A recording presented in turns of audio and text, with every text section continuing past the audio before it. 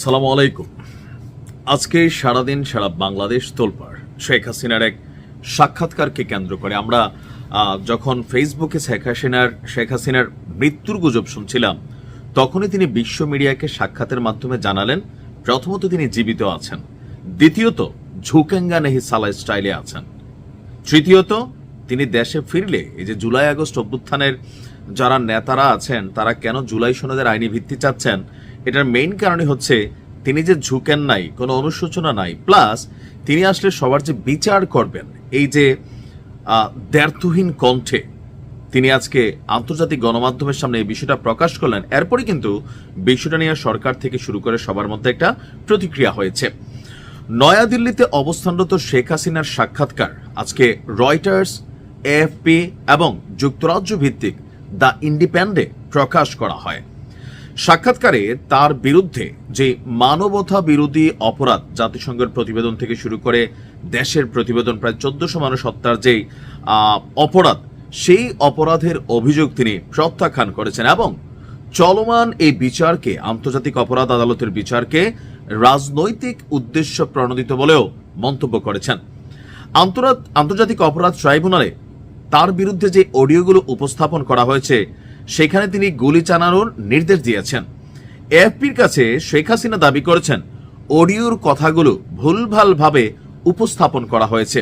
ওনার বক্তব্য, আমার বিরুদ্ধে যে অভিযোগ, আমি নিজে বাহিনীগুলোকে আন্দোলনে গুলি চালাতে বলেছি, এটা মিথ্যা। যদিও তিনি স্বীকার করে বলেছেন যে চেইন অফ কমান্ডের ভেতরে কিছু ভুল ছিল।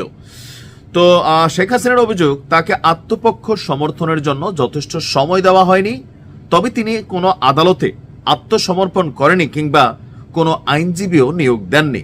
তো তার পক্ষে যে আইনজীবী কাজ করতেছে, এটা হচ্ছে রাষ্ট্র কর্তৃক দেওয়া।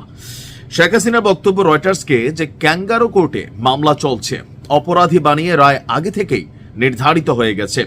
যদি তার মৃত্যুদণ্ড হয় তাহলে তিনি অবাক অথবা ভীত হবেন না।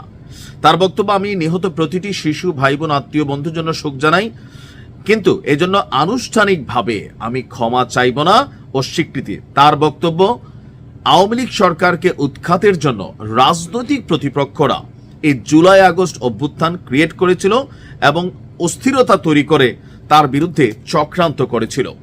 তার বক্তব্য, বাংলাদেশের অন্তর্বর্তী সরকার অন্তর্ভুক্তিমূলক নির্বাচন না করে লাখো মানুষের ভোটাধিকার থেকে বঞ্চিত করতে যাচ্ছে।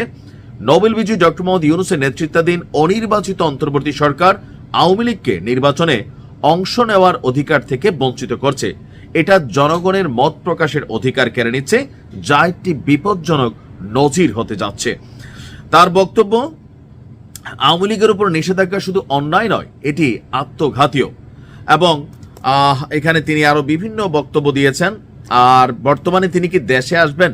তার বক্তব্য যে তিনি এই মুহূর্তে দেশে আসবেন না, ভারতেই থাকবেন। দিল্লিতে তিনি নিরিবিলি এবং স্বাধীনভাবে বসবাস করছেন। মাঝে মাঝে শহরের লোধি গার্ডেনে তিনি হাঁটতে যান, যদিও অতীতে তার পরিবারের সদস্যদের হত্যার ঘটনার কারণে তিনি সতর্ক রয়েছেন। বাংলাদেশের ভবিষ্যতের জন্য সাংবিধানিক শাসন এবং রাজনৈতিক স্থিতিশীলতা ফিরে আসা জরুরি। দেশের ভবিষ্যৎ কোনো একক ব্যক্তি বা পরিবার নির্ধারণ করে দিতে পারে না।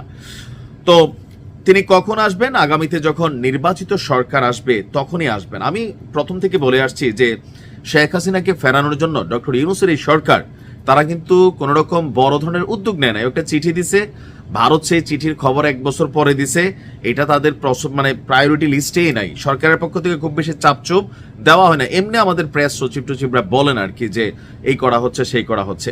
এখন শেখ হাসিনার এই বক্তব্য এই মুহূর্তে বাংলাদেশে আরেকটা ভিন্ন মত তৈরির চেষ্টা করছে।